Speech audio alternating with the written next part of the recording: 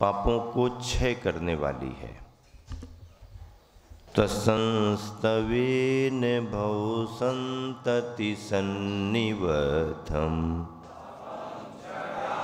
पापं क्षणाक्षयमुपैति शरीर भाजा आक्रांत लोकमलिनीलिमशेषमाशु सूर्यांशु भिन्नमिव सार्वरमन्धकारम् त्वत्संस्तवेन भव संतति सन्निबद्धम् पापं क्षणात् क्षयमुपैति शरीर भाजाम आक्रांत लोक मलनील मशेषमाशु सूर्यांशु भिन्न मिव सारवर मंधकारम।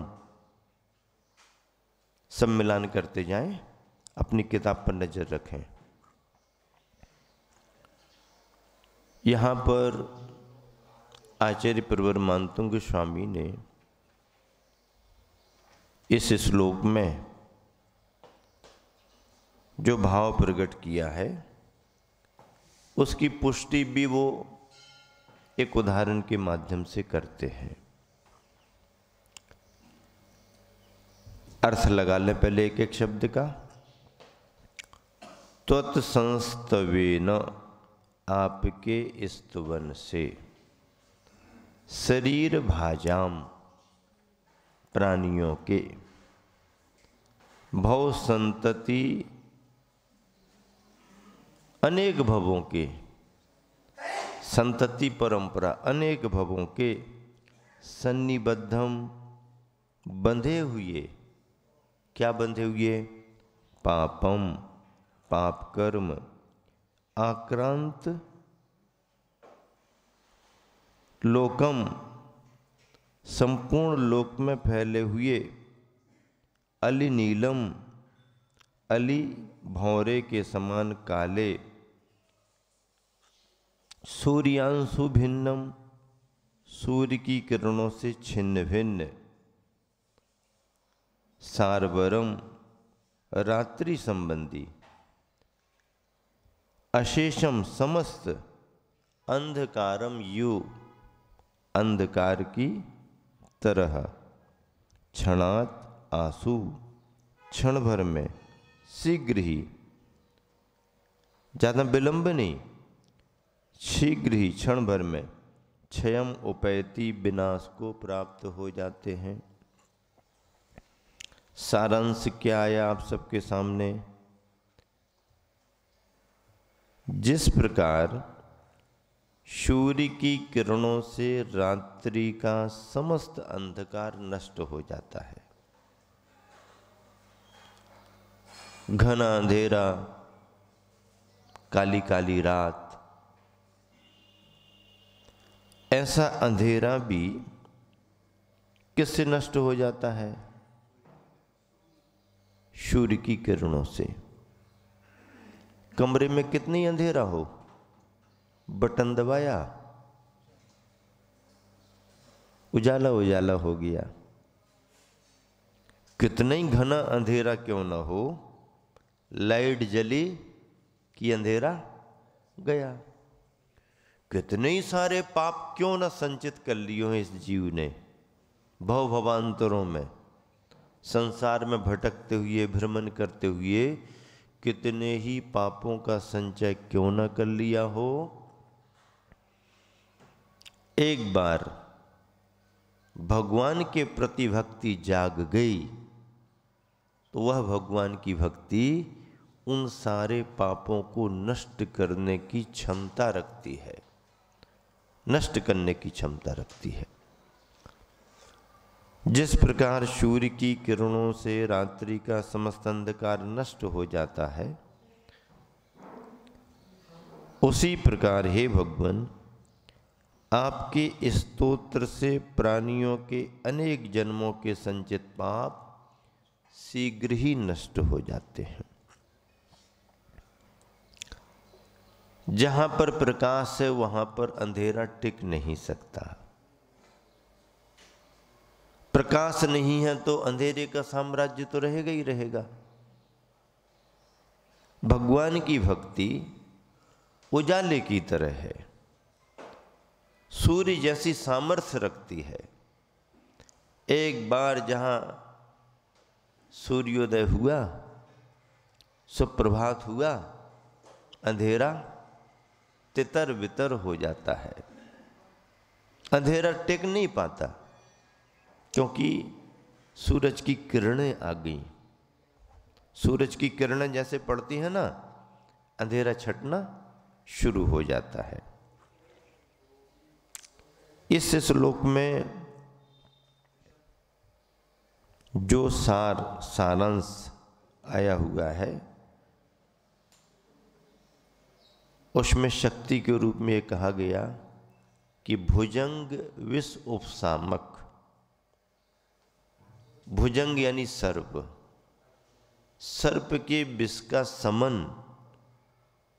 यह श्लोक कर सकता है, पर उसके लिए प्रयोग करने वाले का अभ्यास चाहिए, उसकी साधना चाहिए। सभी मंत्रों में शक्तियां हैं, पर मंत्र सिद्ध सभी को क्यों नहीं होते? मंत्रों में शक्तियां हैं, पर सिद्ध क्यों नहीं होते? क्योंकि उतना अभ्यास नहीं, उतनी साधना नहीं।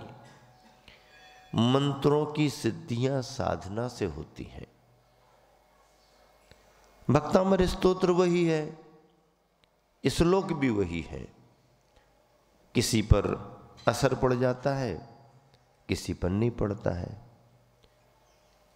किसी के पाठ का प्रभाव पड़ जाता है, किसी के पाठ करने के बाद भी उतना प्रभाव नहीं पड़ पाता। धनंजय कवि का नाम सुना होगा, जैन विद्वान हुए हैं, अच्छे विद्वान हुए हैं। उन्होंने एक विषापहार स्तोत्र लिखा, विषापहार स्तोत्र। कब लिखा ये? जब उनके बेटे को सर्प ने काट लिया और पंडित जी मंदिर में पूजा कर रहे, घर पर यह घटना घट गई। दौड़े दौड़े सभी लोग आए, ऐसा हो गया, वैसा हो गया, अभी चलो अभी चलो। तो उन्होंने कहा मैं तो मंदिर में आके पूजन प्रारंभ कर चुका, पूजन प्रारंभ कर ली, तो अब नहीं कर सकते, अब नहीं जा सकते। नहीं नहीं चलो, तुम्हारा ही तो बेटा है। तो ठीक है, उसके विष को दूर करने का भाव हम यहीं से करते हैं। ऐसा कुछ होता है क्या? औषधि उपचार कराओ, चलो घर में सभी जन हैं, वो औषधि उपचार कराए। मैं यहां आ चुका हूं तो यहां से भावना भाता हूं। भगवान की भक्ति पर ही उन्होंने ध्यान केंद्रित किया। विश्वास था उनके मन में। देखो, विश्वास ही ऐसा कर सकता, विश्वास नहीं हो तो आदमी फिर करता नहीं। उनका विश्वास था। अंत में पत्नी भी गुस्से में आकर के फिर उस बच्चे को, अब तुम नहीं आते तो संभालो तुम यहीं पर, वहीं पर छोड़ करके चली गई। अब पंडित जी पूजा कर रहे हैं और पूजा करते करते जो भाव उनके लग रहे हैं, उद्देश्य केवल ये कि ये बच्चा ठीक हो जाए। मेरा बच्चा है इसलिए ठीक हो जाए, ऐसी बात नहीं है। यदि ये ठीक नहीं होगा तो लोगों का पूजा पर से विश्वास उठ जाएगा। इसलिए मैं पूजा को छोड़ के नहीं जा रहा और पूजा के प्रभाव को बतलाना चाहता हूं। इसलिए पूजा करते करते, पूजा में मन लगाते लगाते इतनी गहरी भावना भाई कि इसका अशुभ कर्म टलना चाहिए। परिणाम क्या निकला? पूजन के बाद में पंडित जी ने गंधोदक लिया और बच्चे को लगा दिया। आज भी सभी को मालूम है, लिखा गया है, सत्य घटना है, पुरानी घटना है। विसापहार स्तोत्र के अतिशय और प्रभाव की जब भी चर्चा आती है तो लिखा गया कि जैसे ही पूजन समापन के बाद पंडित जी ने गंधोदक को बच्चे को लगाया, बच्चा होश में आ गया, उठ के बैठ गया। तो प्रभाव तो है। अब आप कहोगे कि ऐसा होता है तो फिर हमारे साथ क्यों नहीं हो रहा? अरे तो तुम्हारा तो पूजा ही करने में मन नहीं लग रहा ना। उन्होंने समाचार सुना तो उनको भी तो विकल्प आया होगा, विकल्प तो आया होगा, लेकिन संकल्प तो उनका दूसरा काम कर रहा था। विकल्प तो उनको भी आया होगा, लेकिन संकल्प तो उनका दूसरा काम कर रहा था। तो इस तरह से जिनेंद्र भगवान की स्तुति भगवान की पूजा का प्रभाव है। भगवान की स्तुति भी एक छोटी पूजा मानी जाती है। प्रभु पतित पावन भी यदि कोई भावपूर्वक पढ़ ले तो भगवान की पूजा कर ली उसने। महावीर अष्टक पढ़ ले तो महावीर भगवान की भक्ति के रूप में पूजा हो गई। कल्याण मंदिर स्तोत्र पढ़ ले तो पार्श्वनाथ भगवान की पूजा हो गई। स्वयंभू स्तोत्र पढ़ ले तो 24 तीर्थंकर की पूजा हो गई। और भक्तामर स्तोत्र पढ़ ले तो आदिनाथ भगवान की पूजा हो गई।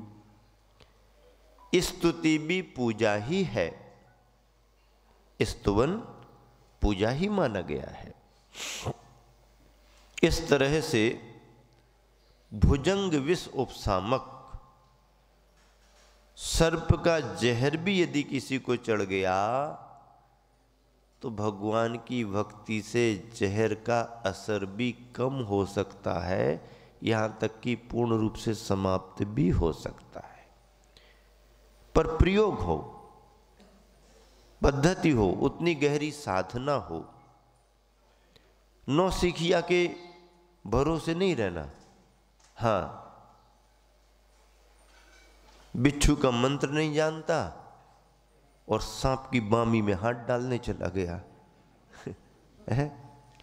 बिच्छू का तो मंत्र नहीं जानता है, सांप की बामी में हाथ डाल रहा। धोखा हो सकता है। ऐसा धोखा ना हो जाए। और यदि कोई विशेष ज्ञाता है, अनुभवी है, साधक है, तो बाहरी उपचार करते करते धर्म का सहारा भी लेना चाहिए। बाहरी उपचारों को सर्वथा छोड़ दो, धोखा हो सकता है। तुम्हारा पुण्य का योग आ जाएगा तो आपको पानी भी अमृत बन जाएगा। और यदि अशुभ कर्म की तीव्रता है तो अमृत भी कोई पिलाने को जाएगा तो उसके हाथ से अमृत नीचे गिर जाएगा, तुम्हारे मुंह में नहीं जा पाएगा। इसलिए ऐसे समय में बाधाएं व्यवधान दूर करने के लिए बाहरी उपचार जो हैं वो आप करें, करना चाहिए।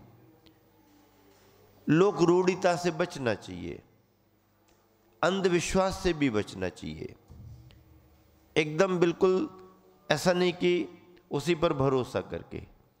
लेकिन यदि सच्चा धर्म तुम्हारे पास है और उसका अभ्यास यदि किसी को है तो यह प्रयोग भी तुम्हारे को सफलता दिला सकते हैं, दिलाते हैं। चलिए इसमें रिद्धि मंत्र की बात करें। ओम ह्रीम अर्हम संभिन्न संसोत्रित्व बुद्धि रिद्धे संभिन्न सोत्रित्व बुद्धि रिद्धि प्राप्तेभ्यो नमः। मंत्र पढ़ लिया आपने, अपनी अपनी किताब में से पढ़ लिया? नहीं पढ़ा, किताब में देखा ही नहीं है। महाराज जी को ही देख रहे। किताब में देखो तो जरा, मंत्र लिखा है नीचे, इस श्लोक को भी देखो, हिंदी भी देखो, और जो मंत्र लिखा है उसको भी पढ़ो। संभिन्न सोत्रित्व रिद्धि क्या है? संभिन्न सोत्रित्व सुनो, 12 योजन लंबे, 12 योजन में लगभग 100 44 किलोमीटर के आसपास होता है, लंबे 9 योजन चौड़े क्षेत्र में ठहरने वाली चक्रवर्ती की सेना। चक्रवर्ती की सेना कितनी बड़ी है? बहुत बड़ी होती है। चक्रवर्ती है, 6 खंड का अधिपति है, स्वामी है, उसकी सेना भी बहुत बड़ी होती है। तो 12 योजन लंबा घेरा और 9 योजन चौड़ा, इतने क्षेत्र में ठहरने वाली चक्रवर्ती की सेना। आदिनाथ भगवान का समूह था 12 योजन का, महावीर भगवान का घटते घटते 1 योजन का बचा था। तो 12 योजन प्रमाण क्षेत्र में लंबे चौड़े चक्रवर्ती की जहां सेना ठहरी है, उस सेना के हाथी, घोड़ा, बैल और वहां विचरण करने वाले पक्षी आदि, मनुष्य आदि भी, सभी के अक्षर अनक्षर रूप नाना प्रकार के शब्दों को मनुष्य बोलेगा तो शब्द ख्याल में आ जाएंगे। हाथी घोड़े की आवाज शब्द के रूप में पकड़ में नहीं आएगी। पक्षी बोलते हैं तो उनकी आवाज पकड़ में नहीं आती। अब उनकी आवाज सुन के आप अलग अलग अर्थ निकालो तो निकालो, तुम अपने मन के निकाल लो, लेकिन वो क्या बोल रहा है तुम्हें क्या पता। लेकिन इसके ज्ञाता जो पक्षियों की आवाज को पहचानते हैं, वो समझ लेते हैं कि ये पक्षी क्या बोल रहा है। पक्षी क्या बोल रहा है? चिड़िया ने चिची चिची कर दिया तो उसने क्या कहा? बंदर ने खो खो खो कर दिया तो उसने क्या कहा? कुत्ता ने भौं भौं कर दिया तो क्या कह रहा है? वो उसके ज्ञाता समझ लेते हैं, हम और आप नहीं पकड़ पाते हैं। अब क्या हुआ, एक थोड़ा सा बीच में प्रसंग आ गया। चिड़िया बोल रही थी, चिड़िया बोल रही थी। अब वो तो पक्षी हैं, आवाज कर रहे, लेकिन निकलने वाले अनेक तरह के लोग निकल रहे, तो सबने उसके अर्थ अलग अलग प्रकार के निकाले। क्या निकाले? चिड़िया बोल रही हैं तो क्या बात कर रही हैं सुबह सुबह? तो सबसे पहला कौन निकला? सब्जी बेचने वाला। कौन निकला सबसे पहले? सब्जी बेचने वाला। तो क्या कहता है? अरे भाई, ये चिड़िया तो कह रही हैं आलू प्याज अदरक, आलू प्याज अदरक, क्योंकि वो सब्जी वाला था, दिमाग में वही भरा था, वही समझ में आया उसको, आलू प्याज अदरक। दूसरा निकला तो वो पहलवान था, आलू प्याज, दंड बैठक कसरत, दंड बैठक कसरत। अच्छा, एक भगत आदमी था कि नहीं नहीं, सीताराम दशरथ, धर्मात्मा था सीताराम दशरथ। और एक दूसरे विचार का था कि नहीं नहीं, ये सब कुछ नहीं, सुभान अल्लाह हजरत, सुभान अल्लाह हजरत। अब पक्षी तो जो कह रहे अपने अपने अर्थ। तो 12 योजन में फैले सभी जानवरों की, मनुष्यों की आवाज को सुनने की जिसके पास क्षमता है, वो संभिन्न श्रोतृत्व मुनि महाराज माने जाते हैं।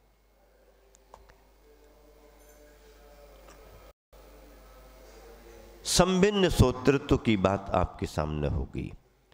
अगले श्लोक की चर्चा आपके समक्ष है, उच्चारण करें।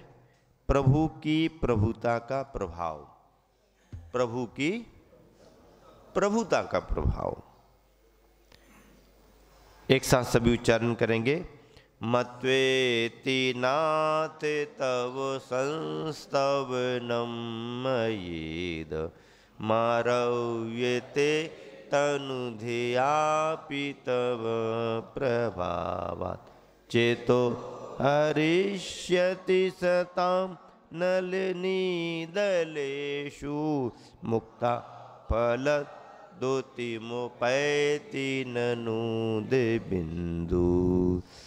मत्वेति नाथ तो संस्तवनम मयेद, मिलान करो सभी।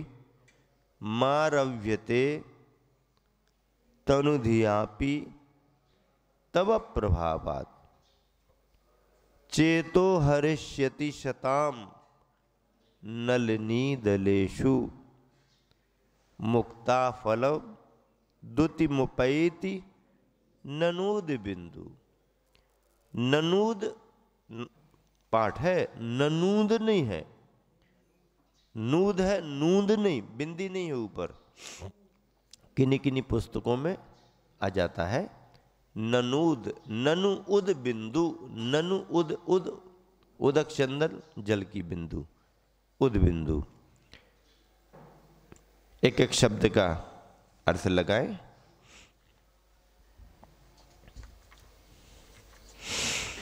नाथ हे स्वामिन इति मत्वा, ऐसा मानकर, मया तनुधियापि अपि, मुझ मंदबुद्धि के द्वारा भी, तो इदम आपका यह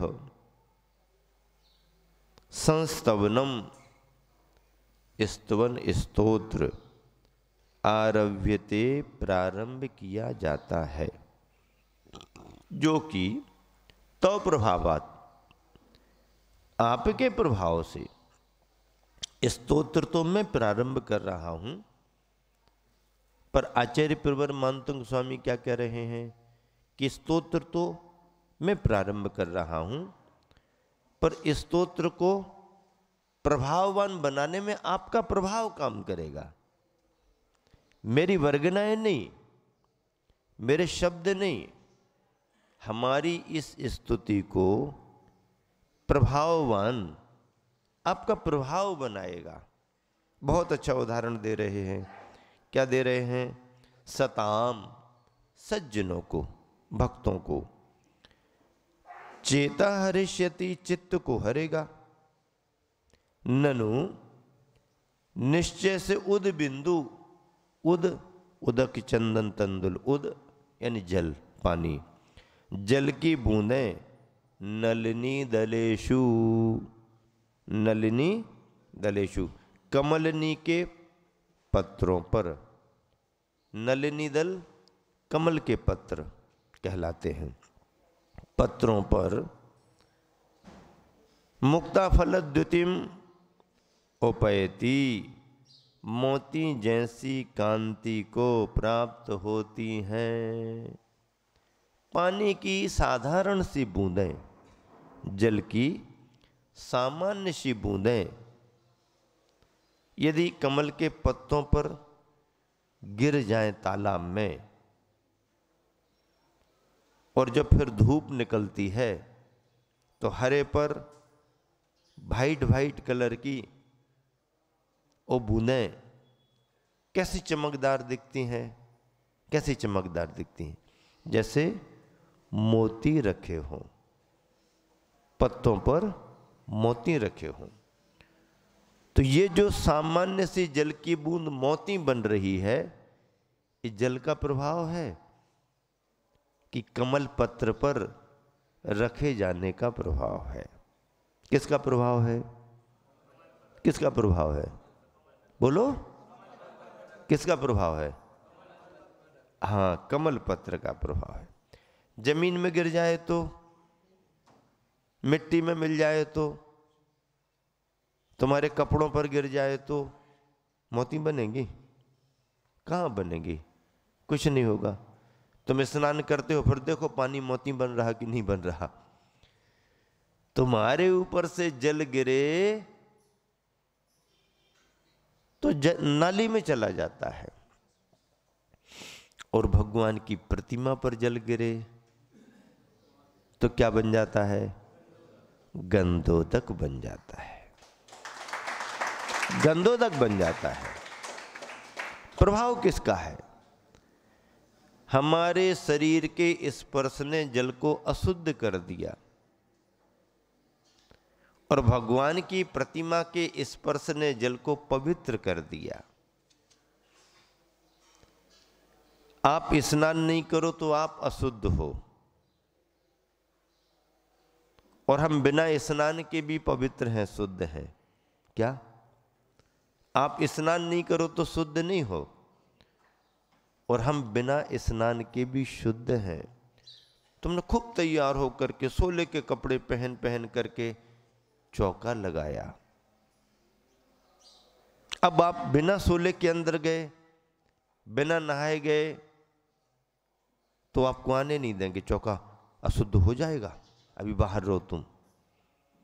और तुम्हारे उस सोले सोले के पवित्र चौके में महाराज जी बिना स्नान वाले महाराज चले जाते, तो फिर चौका कैसा हो जाता? महापवित्र हो जाता। पवित्र तो पहले से था, महापवित्र। क्यों? क्योंकि जल का स्नान भले ना करते हो, व्रतों का स्नान, मंत्रों का स्नान, दीक्षा का स्नान उनका जीवन पर्यंत का हो जाता है। इसलिए आप कितना ही सोले का चौका तैयार कर लो, और यदि महाराज जी नहीं आए चौके में, तो आपको कैसा लगने लगता? और शुद्धि तो बहुत रखी, लेकिन काम बना नहीं, मामला जमा नहीं। अब मामला जमाओ, भक्ति करो। तो हमारे अशुभ कर्म का उदय था, पाप का उदय था। कई लोग क्या कहने लगते? पाप का उदय था इसलिए महाराज जी नहीं आए। नहीं, पाप का उदय नहीं था। पाप का उदय होता तो चौका लगाने के भाव ही नहीं होते, भाव नहीं होते, ये कह रहा हूं। न लगा पाए तो पाप का उदय नहीं है, कोई दूसरे कर्म का उदय। कोई बीमार हो सकता है, किसी के घर में कोई परेशानी हो सकती है, छोटा घर हो सकता है, सुविधा नहीं हो सकती है, तो दूसरे कर्मों की वजह से वो इतना लाभ नहीं ले पा रहा। लेकिन ऐसा पाप कर्म का उदय नहीं, क्योंकि वो भावना तो रोज भा रहा है, अनुमोदना तो रोज कर रहा है, तो उसका पाप का उदय नहीं। जिसके मन में दान का भाव आ गया या दान दातार की अनुमोदना करने लगा, तो उसका पाप का उदय नहीं है, पुण्य का उदय है। जब पुण्य का उदय है तो फिर चौका भी लगाए तो आहार नहीं हुई है, तो फिर क्या माने? पुण्य का उदय तो है, लेकिन पुण्य पतला है। पुण्य कैसा है? पतला, जानते? हाँ, पतला।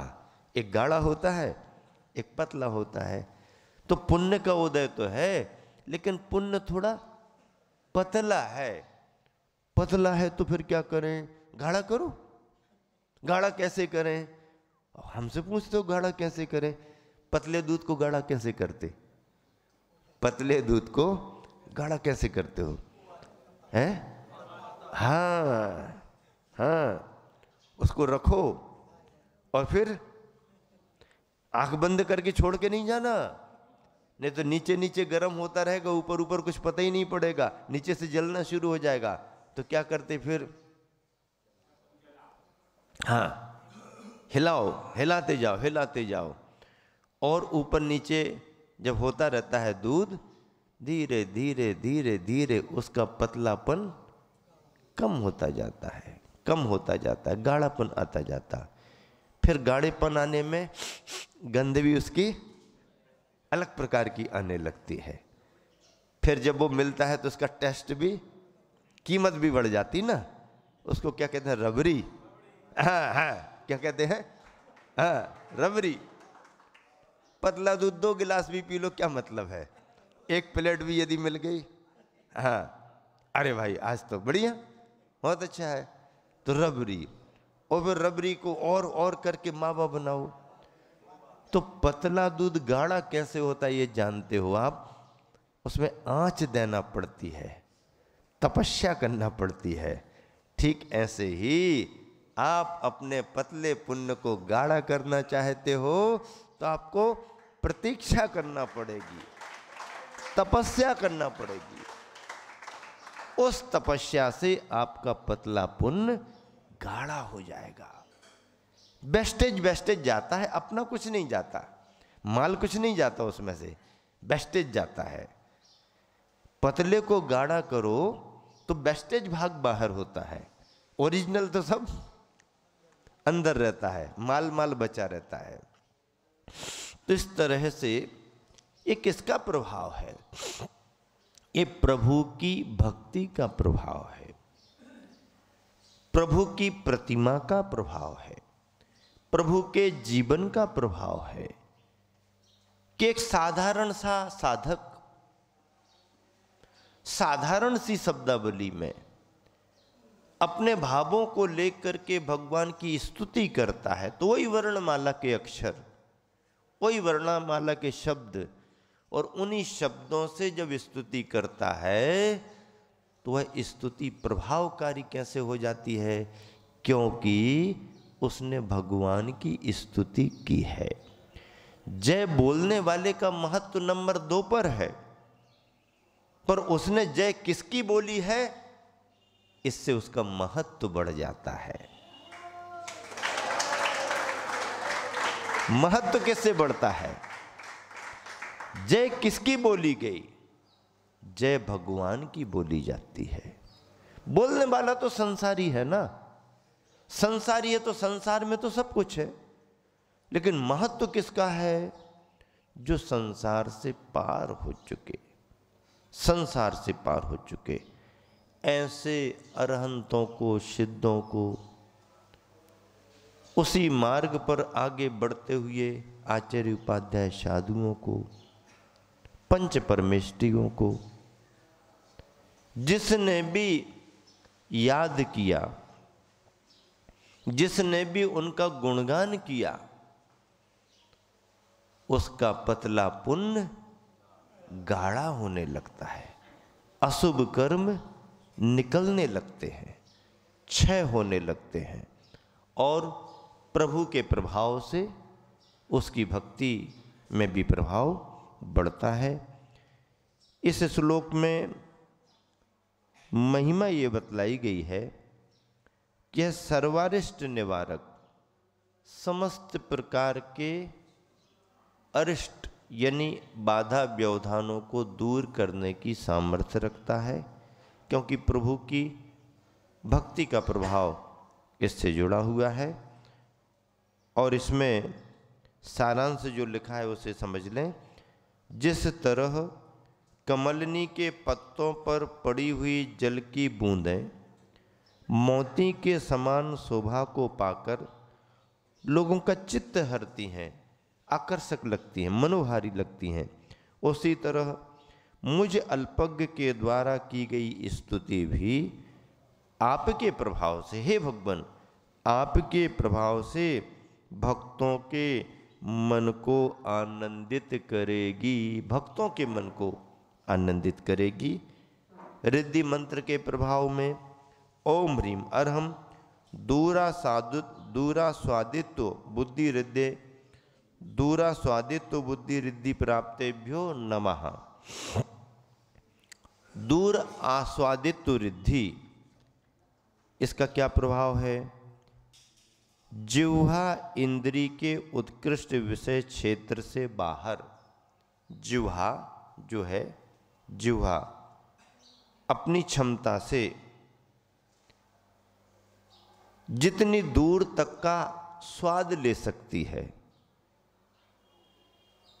अब जिह्वा से टच होता है तो स्वाद आता है, तो टच होने पर तो स्वाद कोई भी कर ले, लेकिन इस रिद्धि के धारी मुनिराज यदि चाहे कि उस वस्तु का स्वाद कैसा है, खाने की भावना से नहीं, अपनी शक्ति की सामर्थ्य से, तो वह दूर रहने वाली उस वस्तु के स्वाद को समझ सकते हैं, समझ सकते हैं। जिह्वा से टच करने की जरूरत नहीं, ऐसी रिद्धि। दूर आस्वादित्व, दूर रहते हुए भी उस स्वाद को समझ, ज्ञान का विषय, आहार का विषय नहीं बनाएंगे, ज्ञान का विषय। ज्ञान में तो कोई भी विषय बना सकते हैं, नरक का चिंतन कर सकते हैं, स्वर्ग का चिंतन कर सकते हैं, किसी का भी चिंतन कर सकते हैं, फलों का, जंगलों का, बगीचों का, नदियों का, नालों का, पहाड़ों का, पर्वतों का, ज्ञान का बहुत विस्तार है। और साधक अपने ज्ञान बल पर, जिसके परिणामों में वैराग्य है, वो संसार के 3 लोगों का कुछ भी चिंतन करे, उसे कर्म का बंध नहीं, क्योंकि वो अपने ज्ञान का विषय बना रहा है। उसमें मोह नहीं है, उसमें राग नहीं है। ज्ञान का विषय किसी भी वस्तु को बनाया जा सकता है। राग रंग को भी ज्ञान का विषय बना सकते हैं, पर राग रंग का आकर्षण नहीं है, तत्व का ज्ञान है। तत्व के ज्ञान में कोई भी विचार कर सकता है। तो ऐसे दूर आसदितो, दूर रहने वाली वस्तु कभी कितने दूर, जिह्वा इंद्री के उत्कृष्ट विषय क्षेत्र से बाहर संख्यात योजन प्रमाण क्षेत्र में स्थित, संख्यात योजन तक चले जाओ। प्रमाण क्षेत्र में से विविध रसों के स्वाद को, विविध रसों के, फलों के स्वाद कैसे कैसे हैं, सब्जियों के स्वाद कैसे कैसे हैं, अनाज के स्वाद कैसे कैसे हैं, विविध रसों के स्वाद को दूर से ही जान लेने वाली बुद्धि, दूर आस्वादित तो बुद्धि रिद्धि मानी। ये रिद्धियां हैं, ये रत्नात्रय के तपश्चरण के प्रभाव से आती हैं, इन्हें सिद्ध नहीं करना पड़ता है, ये तपश्चरण में अपने आप आती है, स्वयं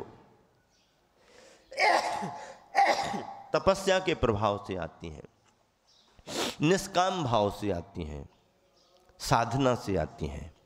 ऐसे दूरास्वादित रिद्धि मुनियों को होती है। दूर से ही गंध, दूर से ही स्वाद। एक बार ऐसा हुआ, किसी दुकान पर, होटल पर सामान बन रहा, सुबह सुबह लोग नाश्ता पानी कर रहे, एक आदमी गया और ताजे ताजे सामान बन रहे, तो वहीं पास में खड़ा हो गया, गौर से देख भी रहा, सूंघ भी रहा, बातें भी सुन रहा। अब थोड़ी देर तो किसी ने कुछ नहीं कहा, लेकिन दुकानदार की नजर पड़ गई, है कितनी देर से खड़ा है, इतनी देर से खड़ा है, इसको हटाना चाहिए। तो दुकानदार कह रहे, क्या करते हो तुम यहां पर, चलो चलो। तो बोले, कुछ सामान खरीदना हो तो खरीदो, नहीं तो जाओ। बोले नहीं नहीं, खरीदना तो नहीं, तो फिर देखो तुमने देख लिया है, तुमने सूंघ लिया है, तुम इतनी बातें सुन रहे हो, इसका पैसा लगेगा तुमको। अरे खरीदने का पैसा लगता है, देखने का पैसा लगता है क्या? गंध को हमने सूंघ लिया तो उसका भी पैसा लगा। हाँ बोले, इस दुकान पर देखने का और सूंघने का भी पैसा लगता है। अच्छा हाँ, कितने कितने आइटम देखे, कितने सूंघे तुमने? अब उसे लगा ये तो बुद्धू बना रहा। हाँ इसका पैसा लगेगा, देखने सूंघने का भी पैसा। बोले ठीक है, कितना पैसा लगेगा? इतना इतना पैसा लगेगा। ठीक है, वो जेब में चिल्लर रखे था, चिल्लर अपनी रखे था, तो उसने अपने जेब में हाथ डाला और खन खन खन खन बजा दिया, खन खन खन खन बजा दिया। बोले गिन लो, जितना तुम्हारा पैसा हुआ ले लो। बजा करके पैसे चुका दिए उसने। तो जैसा माल गया वैसा पैसा गया। इस तरह से इस श्लोक का काव्य भी पूर्ण हुआ। अगला श्लोक है, कथा भी पाप नाशक है। कथा भी पाप नाशक है। स्तुति गुणगान करना तो बहुत दूर की बात है, भगवान की कहानी भी यदि कोई पढ़ने लगे, भगवान की कहानी भी यदि कोई सुनाने लगे, तो वो भी पापों को नष्ट करने वाली है। एक साथ सभी जन मिलकर के उच्चारण करें, अपनी अपनी किताब में देख करके बहुत एकाग्रता से उच्चारण करें, सबके स्वर उच्चारण के साथ निकलना चाहिए। आस्ताम तवस्तवन मस्त समस्त दोषम त्वसंकथापि जगताम दुरितानि हन्ति दूरे सहस्र किरणः कुरुते प्रवैव पद्माकरे सुजल जान विकास भांजी। आस्ताम तब स्तवन मस्त समस्त दोषम त्वत्संकथापि जगताम दुरितानि हन्ति दूरे सहस्र किरणा कुरुते प्रभैव पद्माकरेषु जलजानी विकास भांजी। शब्द बहुत स्पष्ट हैं, उच्चारण सबके ख्याल में आ रहा है। देखिए एक एक शब्द का अर्थ लगाएं। अस्त समस्त दोषम, संपूर्ण दोषों से रहित, सभी प्रकार के दोषों से रहित।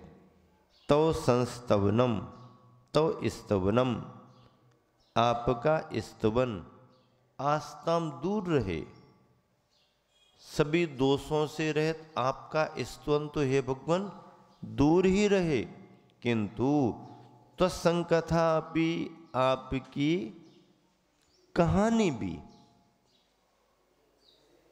स्टोरी भी, हाँ स्तुति स्तुवन तो बहुत दूर की बात, भगवान की कथा भी यदि किसी को सुनने मिल जाए।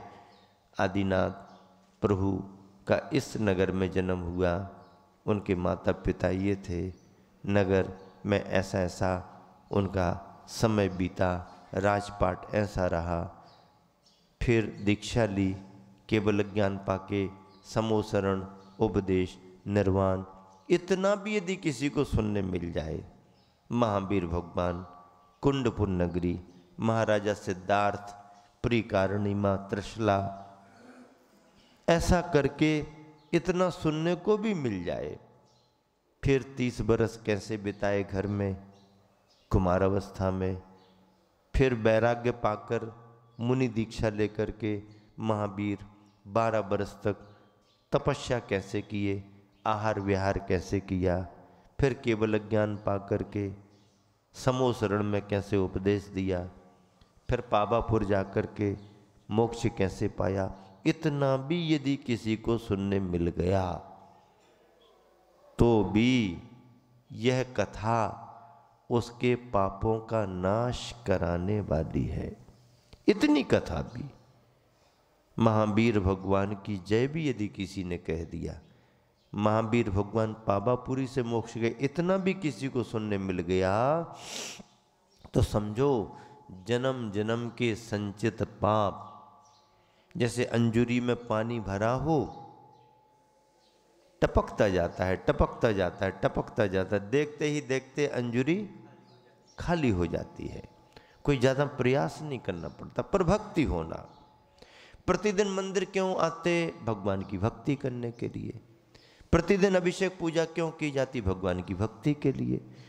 जाप क्यों दी जाती? भगवान की भक्ति करने के लिए, पंच परमेष्टि का स्मरण करने के लिए। जय जिनेंद्र क्यों कहते? आप अभिवादन में, अभिवादन एक दूसरे से करते, जय जिनेंद्र क्यों कहते? क्योंकि अपने साधर्मी से यदि अभिवादन कर रहे हैं तो अपने आदर्श का स्मरण करें, जय जिनेंद्र, जय जिनेंद्र। जिनेंद्र भगवान को याद करके आप किसी से भी मोबाइल पर बात करो, कोई भी आपसे बात करता है, जय जिनेंद्र से शुरुआत करो। हाँ जय जिनेंद्र अपनी समाज में करते हैं, दूसरे से कैसे करें? क्यों? कोई भी समाज हो, कोई अपशब्द तो नहीं है ना, वो तो एक पर्टिकुलर समाज का शब्द है, सुनते ही साथ तो उसको मालूम चलेगा कि जैन साहब से बात हो रही है। अपने आप परिचय देने की जरूरत नहीं पड़ेगी, जय जिनेंद्र कहो, प्रयोग करो, प्रयोगवादी बनो। मोबाइल का उपयोग कर रहे करो, लेकिन किसी से भी बात करो, किसी का भी फोन अटेंड करो, जय जिनेंद्र करो। आपको बहुत अच्छा लगेगा, आपकी पहचान बनने लगेगी। आपने यदि अपनी पहचान नहीं बनाई तो आप कुछ नहीं कर पाओगे। ड्रेसों से पहचान बनाते हो आप, बालों की कटिंग से पहचान बनाते हो आप, अलग तरह की हमारी पहचान होना, आगे की, पीछे की, यहाँ की, वहाँ की, ऊपर की, नीचे की है। ड्रेसों में भी साजे साजे लाएंगे और फाड़ फाड़ करके पहनेंगे। क्या? वस्त्रों को साजे साजे लाएंगे और फाड़ फाड़ करके पहनेंगे, पहचान बनेगी। ये पहचान कोई पहचान नहीं है। कटे फटे वस्त्रों को पहनना अशुभ माना गया है, अशुभ है। जिस घर परिवार में कटे फटे वस्त्र पहुंचने लगते हैं उस परिवार में अशुभ अंदर प्रवेश कर गया। भले आप उसको डिजाइन कहते हैं, डिजाइन नहीं है वो, डिजाइन फूल पत्तियां हो सकती हैं, कोई बेल बूटे हो सकती हैं, कोई उस पर पच्चीकारी नक्काशी हो सकती है, कपड़ों पर ये डिजाइन मानी जाती है। लेकिन यहाँ से काट दिया, यहाँ से काट दिया, यहाँ से काट दिया, ये कोई डिजाइन नहीं है, ये अशुभ अशुभ अशुभ का बुलावा है, अशुभ का बुलावा है। कभी भी कटे फटे कपड़े नहीं पहनो, पर्याप्त कपड़े पहनो, बहुत छोटे कपड़े मत पहनो, पर्याप्त कपड़े होना, टाइट कपड़े नहीं होना, जो शरीर के हिसाब से हैं वैसे कपड़े होना, कटे फटे नहीं। घुटनों के यहाँ घिस लेते हैं पैंटों को, छील छील करके उसमें से झांकने लगे उनके घुटने, ऐसा झांकने लगे। अरे भाई झांकने लगे तो पेन काहे को रहे, झांकने लगे तो पेन काहे को रहे। आजकल छोटे छोटे बच्चों को भी ऐसी डिजाइनों के पहना देते हैं, वो डिजाइन है क्या, वो कटे फटे हैं, घर में लाना ही नहीं। बच्चों को समझाना ये डिजाइन नहीं कहलाती, ये अशुभ के प्रतीक है, अशुभ के प्रतीक हैं। कटे फटे वस्त्र, आप कहोगे कटे थोड़ी हैं, वो तो काटे गए, काटे गए को तो कटे माना जाता है। डिजाइन बनाई, डिजाइन कपड़े में नहीं, डिजाइन ऊपर बनती, कपड़े के ऊपर, पूरा कपड़ा हो फिर उसके ऊपर डिजाइन बनाओ, डिजाइन वो कहलाती है। ये फाड़ करके कटिंग करके ये कपड़े अशुभ माने जाते हैं। ऐसे वस्त्रों को पहनने वालों का जीवन अशुभ हो जाता है। कभी नहीं पहनना कटे फटे कपड़े, पहनना ही नहीं, हाँ पहनना ही नहीं। कोई लाके दे भी तो अलग करो, फेंक दो, हमको तो सीधे। और यदि आई गए हैं तो घर में सुई धागा भी होगा, दूसरे कपड़े भी पुराने रखें, उसमें से निकालो लगा लो, वो भी अच्छा माना जाएगा। हाँ वो भी अच्छा माना जाए, अशुभ तो खत्म हो जाएगा ना। झगड़ा लग गया तो लग गया, क्या हुआ, डिजाइन भी ऐसी चलती है, डिजाइन भी चलती है। और दूसरा प्रयोग आप करें प्रयोग, बहुत आनंद आएगा। आप नियम ले लें कि 10:30 के बाद मोबाइल देखेंगे नहीं, सो जाएंगे। आप सोने का समय निश्चित कर लो, अगला दिन आपका पूरा अच्छे से निकलेगा, आपको किसी को उठाने की जरूरत नहीं पड़ेगी। जो समय पर सो गया 6 घंटे 7 घंटे में उस व्यक्ति को बिस्तर से उठना ही पड़ेगा, कितना ही पड़ा रहे। उठने का भाव ना भी करे तो उसका शरीर, बॉडी कहेगी कि उठो, दर्द आने लगता है, एक्सरसाइज चाहिए उसको, हलन चलन चाहिए उसको, ब्लड सर्कुलेशन चाहिए उसको उठना ही पड़ेगा। 6-7 घंटे पर्याप्त हैं, इसलिए जल्दी सोने का नियम शुरू करो, जल्दी सोने का नियम शुरू करो। 10:30 बहुत है आज के समय में, 10 साढ़े 10 समझ लो। लाइटों के ज़माने में जो चलन है 10 साढ़े 10 पर्याप्त है, 11 तक जाने ही नहीं। 11 बजे भी यदि कोई सोया तो भी वह 6-7 बजे उठ सकता है, बिना अलार्म के और बिना किसी परेशानी के। लंबे समय तक उसकी दिनचर्या 7 बजे उठने की बन सकती है यदि वो 11 बजे के अंदर अंदर सोया। 10:30 बजे जो सो गया वो 6:30 पर उठ सकता है, 10 बजे जो सो गया वो 6 बजे उठ सकता है। बहुत बड़े बड़े विचारक, बहुत बड़े बड़े बुद्धिमान, टाइम बिल्कुल निश्चित, सोने का टाइम, उठने का टाइम, दिनचर्या। अन्यथा बीमारियां बढ़ती हैं, मनोरोग होने लगते हैं। आप टेस्टिंग कराओ, फिजिकली डॉक्टर कहेगा कुछ नहीं है, डॉक्टर कहे सारी रिपोर्ट नॉर्मल, कुछ नहीं है, लेकिन हमको तो हंसी ही नहीं आती। क्या कहते कई लोग, सब लोग हंसते हैं, हमको हंसी ही नहीं आती। हंसी नहीं आती है तो हंसी कहाँ से आती है? हंसी आती है ना, अंदर से आती है। आपका टाइम टेबल ठीक होगा, हंसी आएगी। हमें भूख ही नहीं लगती, हमें आंखों में जलन होती है, हमको तो शुरू से ही चश्मा लग गया। चश्मा शुरू से ही, मतलब जन्म से ही चश्मा लेके आए क्या? शुरू से ही चश्मा, खूब टीवी देखो, खूब मोबाइल व्हाट्सएप चेक करो, 2-2 3-3 घंटे, जबकि उसको खुद मालूम है कि हमारे उपयोग की सामग्री जो उसके लिए आवश्यक है 10, 5, 15 मिनट की ही मिलेगी। लेकिन सारी दुनिया में कहाँ क्या हुआ, किसने क्या क्या डाला, जमाने भर का लोड लिए, जैसे इन्हीं पर पूरा दारो मदार हो। ये व्हाट्सएप चेक ना करें पूरे तो पता नहीं दुनिया में क्या हो। जमाने भर की चिंता को लेके अंगुलियां खराब होने लगती हैं, छोटे बच्चों की अंगुलियां खराब होने लगती हैं, अंगुलियों में ताकत नहीं रहती है, भूख नहीं लगती है, मुरझाए हुए से बच्चे हो जाते हैं, दौड़ना नहीं बनता है, घर में दब्बू प्रकृति के बने बने मोबाइल में लगे रहते हैं, एक दूसरे से बातचीत करना छूट जाती है। घर में कभी कोई रिश्तेदारी में एक साथ मेहमान बैठे हों तो 5-10 मिनट तो बात कर लेते, फिर वो अपने अपने, वो वहाँ बैठा कुर्सी पर, वो वहाँ बैठा, तो काय को बुद्धू बाक्से से बैठे हो आमने सामने बुद्धू बाक्से से आमने सामने बैठे, जय जिनेंद्र जोहार के अलावा सब अपने अपने में लगे। रस खत्म हो रहा, जीवन का जो रस होना चाहिए वो खत्म होता जा रहा, मशीनों में अपना उपयोग लग गया।